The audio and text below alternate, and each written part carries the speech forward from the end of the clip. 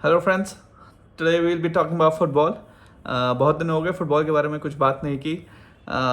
जैसा कि हम जानते हैं इंटरनेशनल ब्रेक आने वाला है, तो मोस्ट ऑफ द लीग्स में अब 1.5 हफ्ते कोई मैच नहीं होगा। तो अब एक हर टीम ने अराउंड 11-12 मैचेस खेल भी लिए हैं हर लीग में। तो एक इनिशियल हमें ट्रेंड पता चलने लगा है हर लीग के बारे में कि कौन सी टीम कैसे खेल रही है। तो सबसे पहले हम स्टार्ट करते हैं इंग्लिश प्रीमियर लीग के बारे में। So let's go. English Premier League में अभी तक 11 मैचेस हुए हैं और जैसा कि आप टेबल देख सकते हैं, टॉप पे लिवरपूल चल रही है। टॉप पे लिवरपूल ज़रूर चल रही है, लेकिन जो इंटरेस्टिंग बात है वो आप देखेंगे कि जो थर्ड प्लेस्ड चेल्सी है उसके पास 19 पॉइंट्स हैं, और जो 13th प्लेस मैनचेस्टर यूनाइटेड है उसके पास 15 पॉइंट्स हैं। तो मतलब 10 पोजीशंस के बीच सिर्फ 4 पॉइंट्स हैं। इसका मतलब यह है कि इस बार बहुत ही टाइट होने वाला है पूरा कॉन्टेस्ट। पूरा टेबल आप जब देखेंगे तो आप पाएंगे कि मोस्ट ऑफ द टीम्स जो मिड लेवल की टीम थी वो बहुत अच्छा compete कर रही हैं, जिसकी वजह से जो आई पर्सनली फील कि जो इस बार टाइटल जीती जाएगी वो पहले की तरह 90+ पॉइंट्स पे नहीं होगी। इस बार आप देख सकते हैं कि जैसे 2010 से उससे पहले जो टाइटल जीती जाती थी वो 80 समथिंग पॉइंट्स पे जीती जाती थी। तो इस बार भी मुझे लगता है the title will be one something between 82 to 87 points के बीच। जिसका आएगा वो टाइटल जीत जाएगा। 87 पे मैंने हाई बोल दिया, 85 पॉइंट्स तक जो लाएगा वो टाइटल जीत सकता है, जो पिछले कुछ सालों में नहीं हुआ, क्योंकि we all know Pep Guardiola is a genius. और वो जिस तरफ से अपनी उनकी टीमें खेलती हैं, 90 points the barrier that he breaches quite easily. इस बार मैनचेस्टर सिटी क्यों नहीं 90 पॉइंट रीच करेगी, उसका कुछ पॉइंट्स मैं आपको बता देता हूँ। तो पहले तो जैसा कि हम सब जानते हैं कि वो लास्ट 4 बार से लगातार जीत ही रहे हैं। ऑब्वियसली जब आप 4 बार लगातार जीत जाते हैं तो एक थोड़ा मोटिवेशन तो इधर उधर होता ही है। You feel a sense of complacency. आपको लगता है कि यार it's an easy league to win. आप शायद उतना हार्ट एंड सोल अपना नहीं देते हो जितना आप से अगर आप बहुत सालों से नहीं जीते हो, और if you are really hungry for it जो आप दोगे। तो ये थोड़ा अंतर तो है ही जो मैनचेस्टर सिटी को थोड़ा इस बार जो मुझे लगता है वो अपने वो हाई स्टैंडर्ड्स वाले पॉइंट ना रीच करे। और दूसरा एक इम्पॉर्टेंट पॉइंट है जो हम सब जानते हैं कि रॉड्री इंजर्ड है। Now Rodri, what does he bring to the table, why is his injury such a big thing. तो मेरे ख्याल से आप सबको स्टैट्स तो पता ही है कि जब वो नहीं खेलता है तो their loss percentage rises drastically. मतलब जब वो खेलता है तो Manchester City lose just 2.6% of the matches, जो उसके ना होने पे it rises to something around 33%। At this point of time ये statistic alone shows how important Rodri is for this team. And stats, leave stats aside, आप खुद भी जब वो मैच देखते हो सिटी को विद रॉड्री इन इट, तो यू सी कि the way he communicates with this defenders more than anything else, more than helping City in the attacking third, it's the defensive lineup which is greatly improved with Rodri in it. और उसका reason simple है, because he plays in that defensive midfield role, so he communicates a lot with the back four.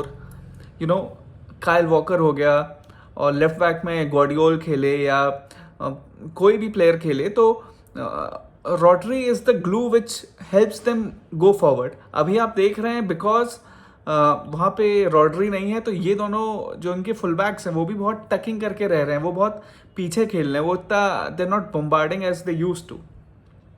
Also Rodri was a great communicator. मतलब जैसे defence में चाहे John Stones हो, Ruben Dias हो, Manuel Akanji हो, या उससे पहले लपोर्टर रहा हो, so he had a very good sense of adjusting with all these players. ऐसा नहीं था कि कोई सेंटर बैक प्लेयर अगर चेंज होता है, कोई और प्लेयर आता है तो उसके साथ उसकी ट्यूनिंग नहीं थी।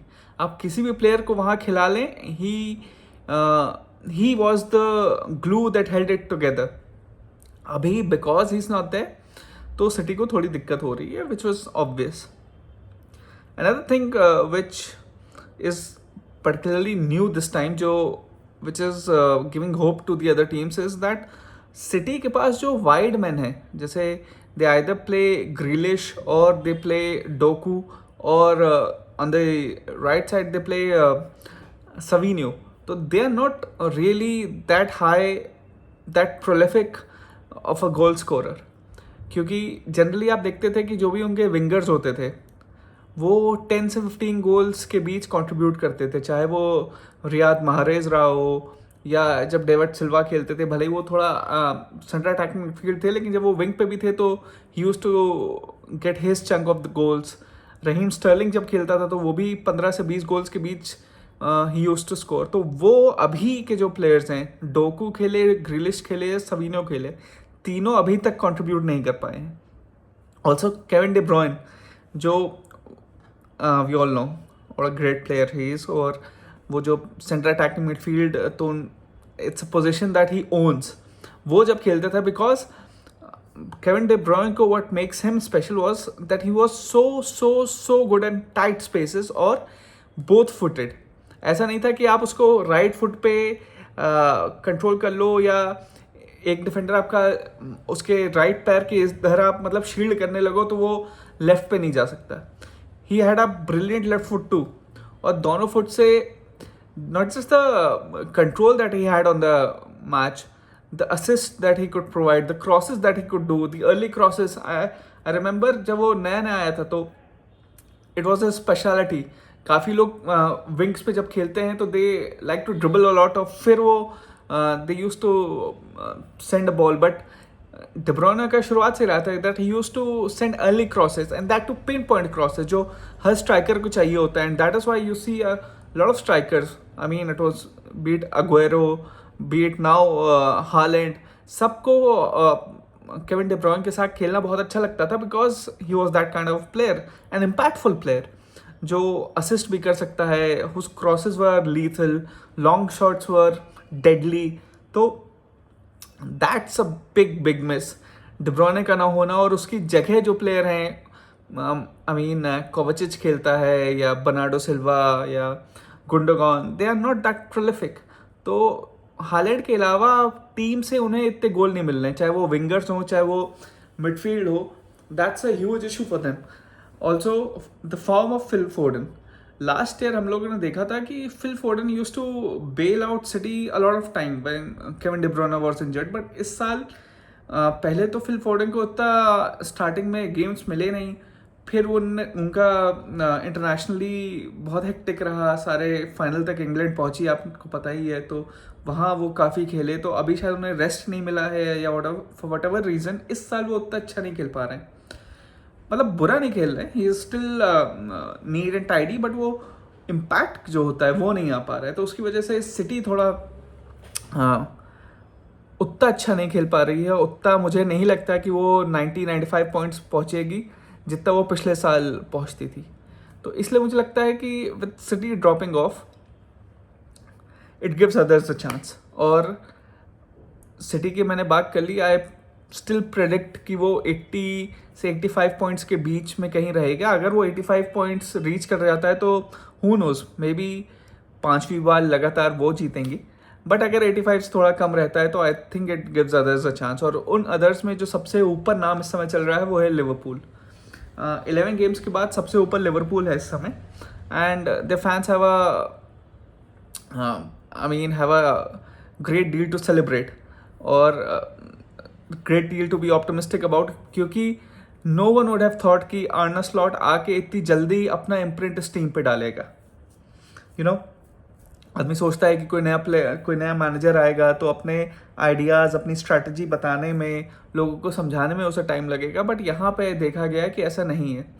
From the first day that he has arrived, you could see a clear distinction between his style of play and Jurgen Klopp's style of play. काफ़ी चीज़ों में सिमिलैरिटी भी है, जैसे when both the Klopp's team and his team counter attack, it's with ferocious pace. But what's the difference? पिछली Liverpool teams में और इस लिवरपूल टीम में क्या अंतर लग रहा है? तो सबसे बड़ा अंतर जो इस बार हमें दिख रहा है वो है कि जैसे ही लिवरपूल कोई गेम स्टार्ट करती है, या जैसे ही कोई मैच में वो उनको कंट्रोल आता है, तो whenever they score, whenever they are leading, तो तो वो गेम को काफ़ी अच्छे से एकदम अपने नॉट डोमिनेट बट काफ़ी कंट्रोल कर लेता है, as in they are not as gung ho about going forward. वो काफ़ी मेजर्ड, काफ़ी प्रैक्टिकल अप्रोच रहता है। ऐसा नहीं है कि हर बार अटैक ही करना है। ये अंतर है क्लॉप में और स्लॉट में। क्लॉप वॉज लाइक 100 डिग्रीज और 100% going at it all the time, whereas with Arne Slot जो मैंने ऑब्जर्व किया है कि if they get the first goal तो वो गेम को एकदम स्लो नहीं करते हैं, लेकिन they pass the ball, they are not so direct, so vertical. वो हॉरिजॉन्टल खेलेंगे, they'll keep the ball, possession बढ़ेगा, they tire the opponents. So it's more of a combination of possession based and counter attacking. It's not the high gegenpressing that we saw with Jurgen Klopp. That's a marked difference. क्योंकि अब जब आप Liverpool को देखते हैं, the defense has been top notch. I mean, Virgil van Dijk didn't have that great a season for the last 1 or 2 years, but this time he seems at his best. And what has allowed him to be at his best is the form of Ibrahim Konate. I mean, Konate has been, dare I say, better than Virgil van Dijk this season.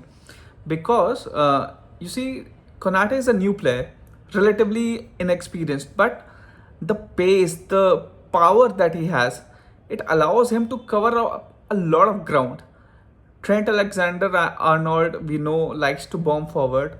Andy Robertson, same on the left side. But Trent Alexander-Arnold more so, because he's such a great creative player.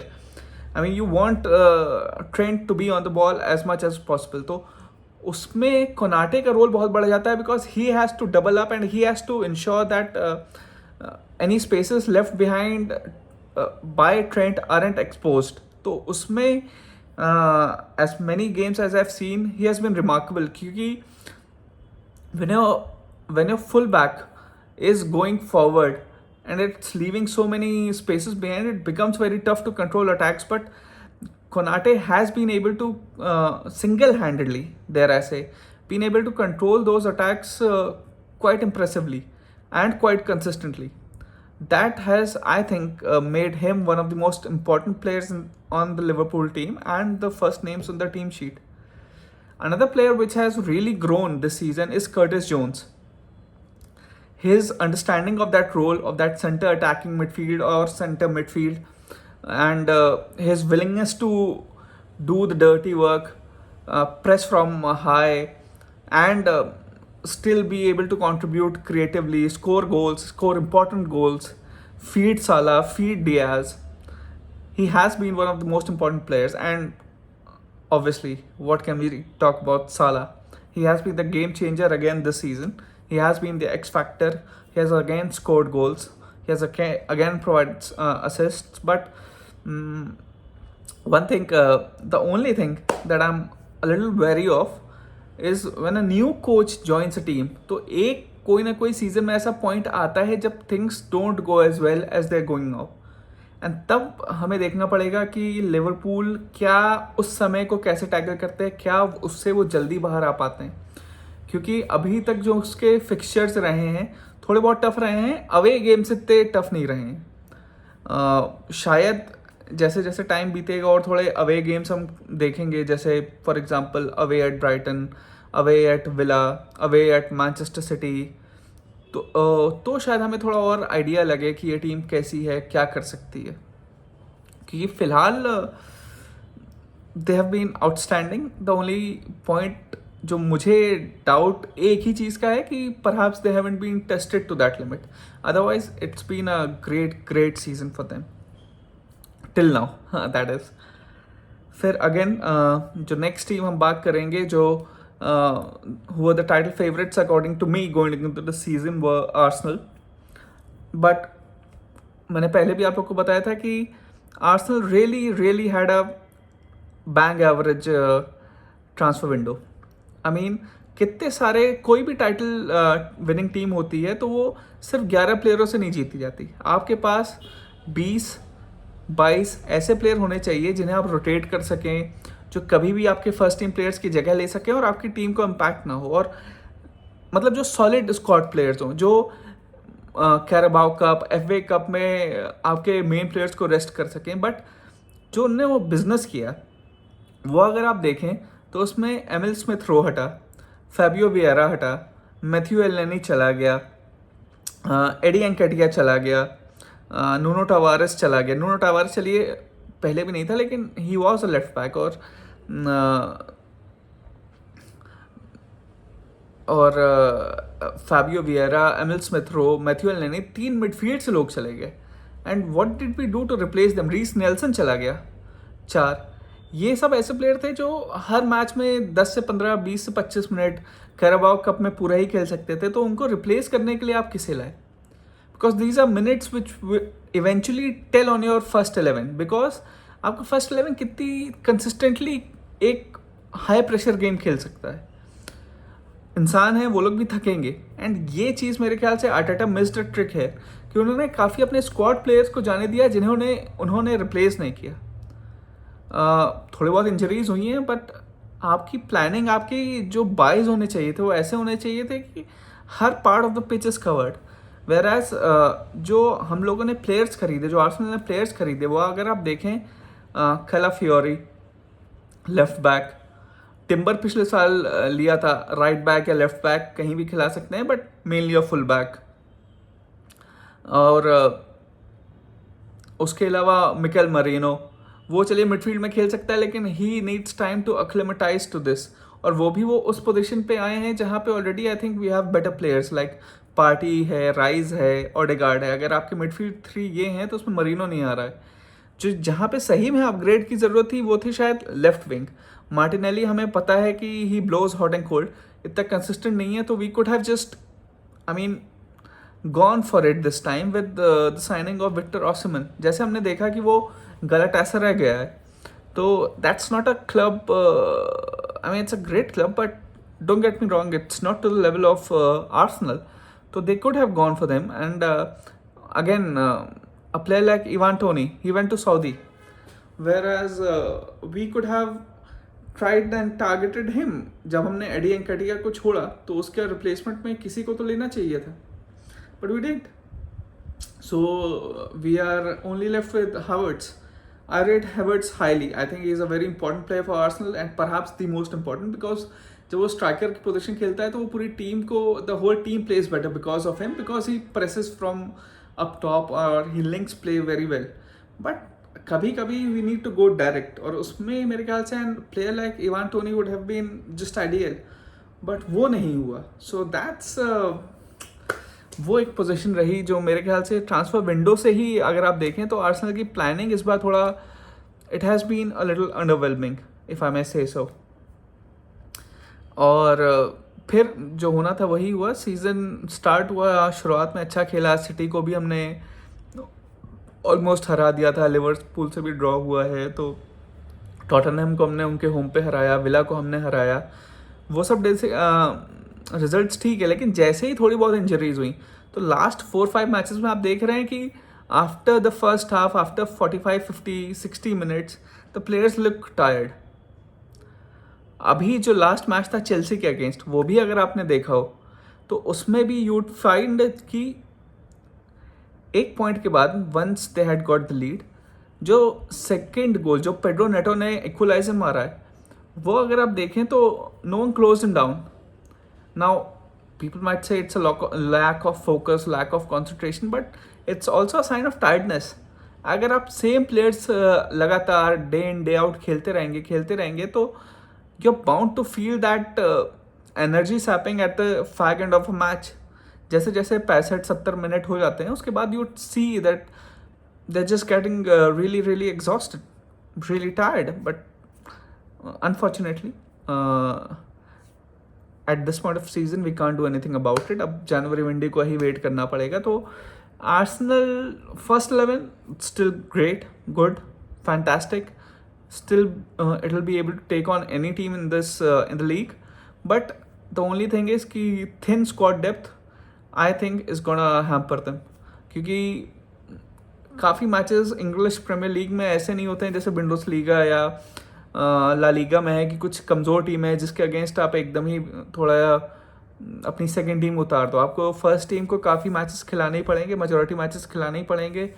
और because आपके पास solid squad players नहीं है तो शायद जो average time 65-70 minutes कोई player खेलता है उसे वो 75-80 मिनट्स खेलना पड़ेगा। वो 10 मिनट की एक्स्ट्रा खेलने की वजह से their efficiency will also go down, and that's the only thing I doubt about them. I still feel कि they have a very good defense. The center back pairing of Saliba and Gabriel is top notch, one of the best in the whole of Europe.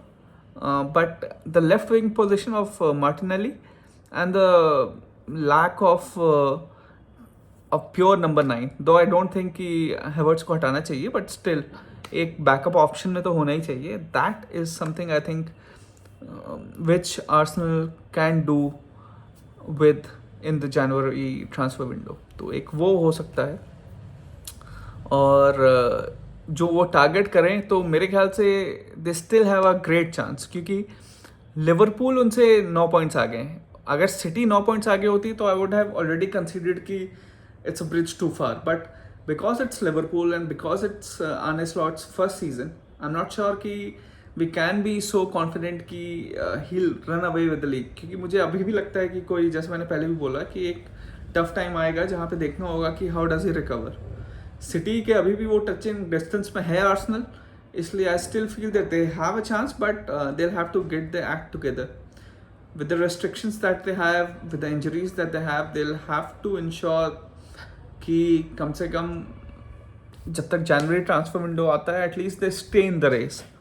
4-5 points, 6-7 points maximum वो पीछे हो सकते हैं, क्योंकि उससे ज़्यादा cover करना, अगर सिटी से उतने पॉइंट्स पीछे हैं तो इम्पॉसिबल होगा, लेकिन अगर लिवरपूल से उतना पीछे हैं तो कवर हो सकता है. So they'll have to just hang in there. Next हम आते हैं मैनचेस्टर यूनाइटेड पे.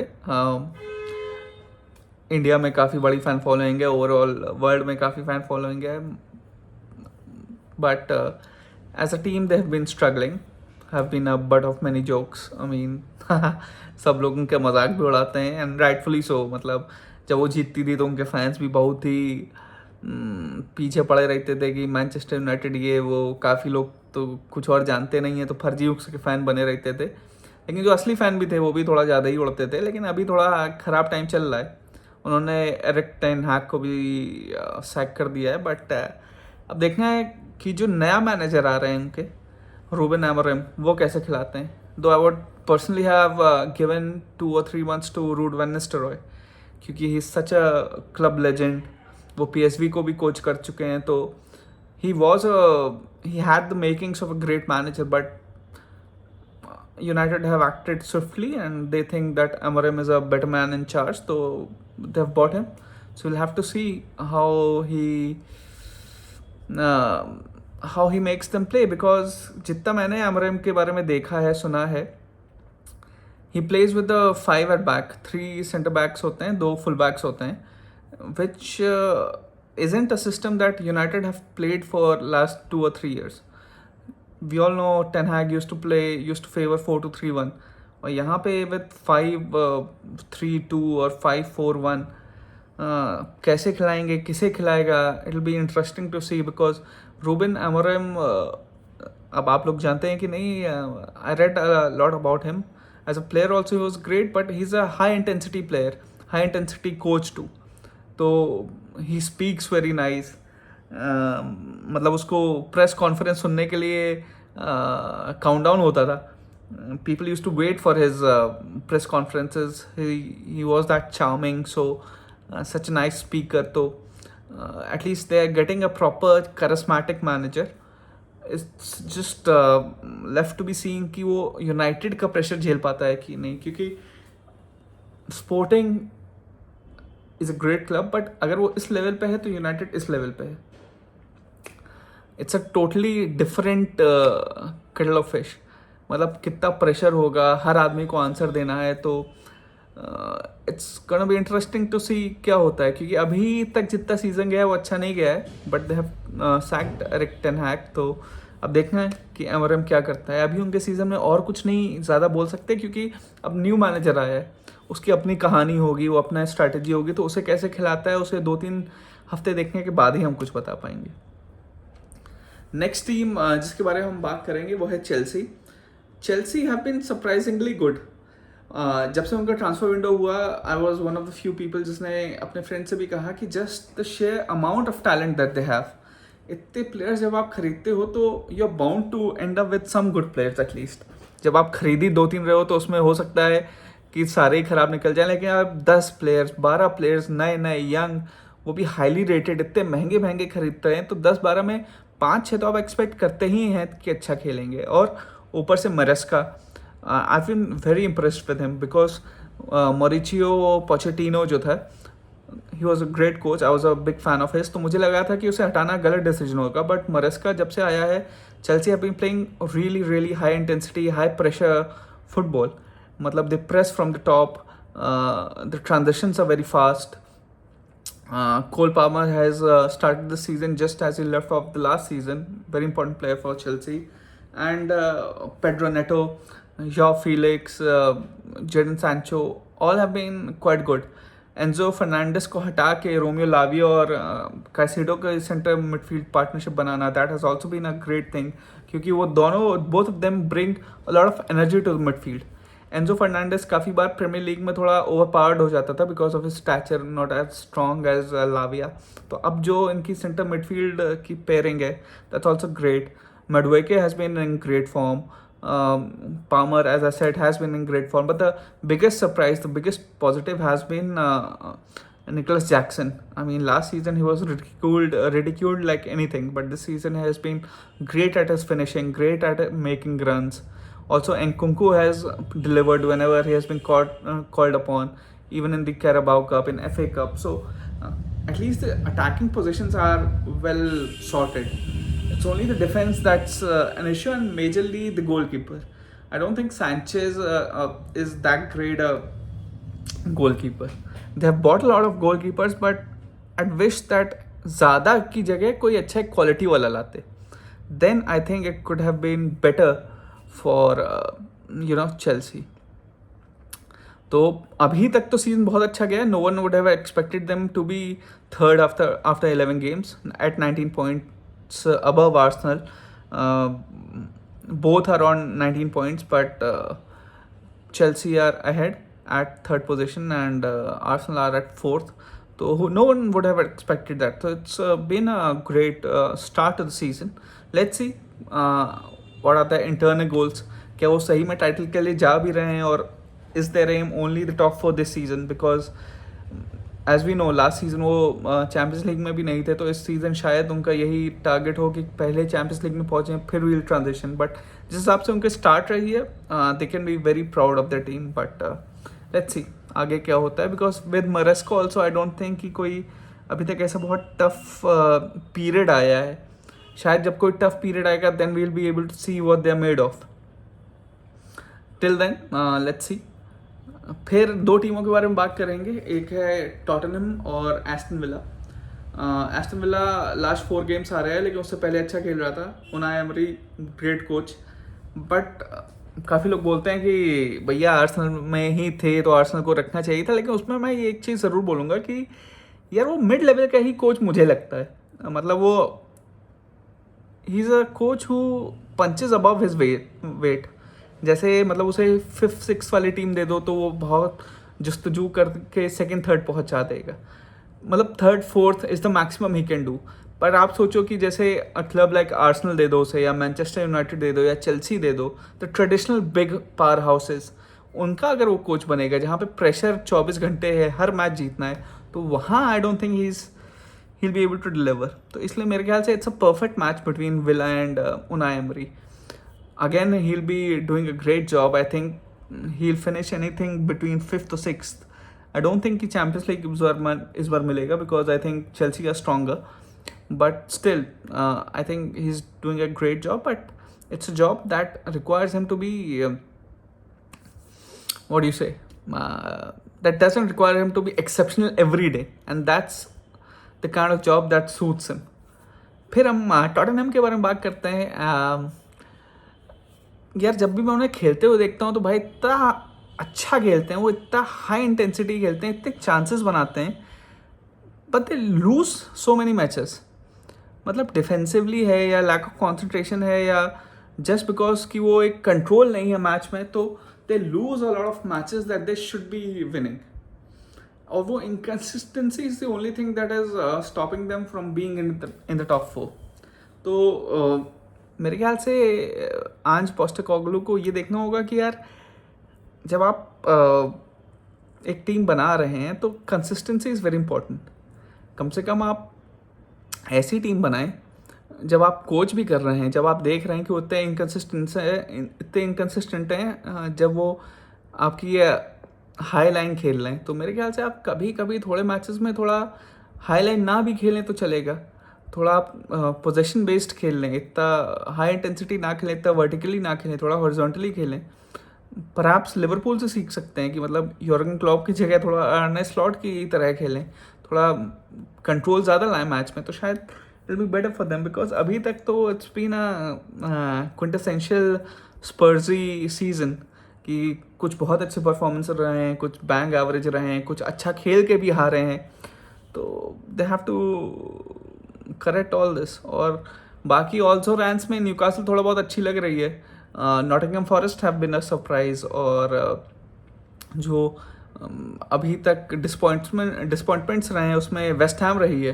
दे spent a lot of money, उन्होंने डेविड मॉयस को हटाया, लोपेटेगुई को लाए, but it's been a disaster so far.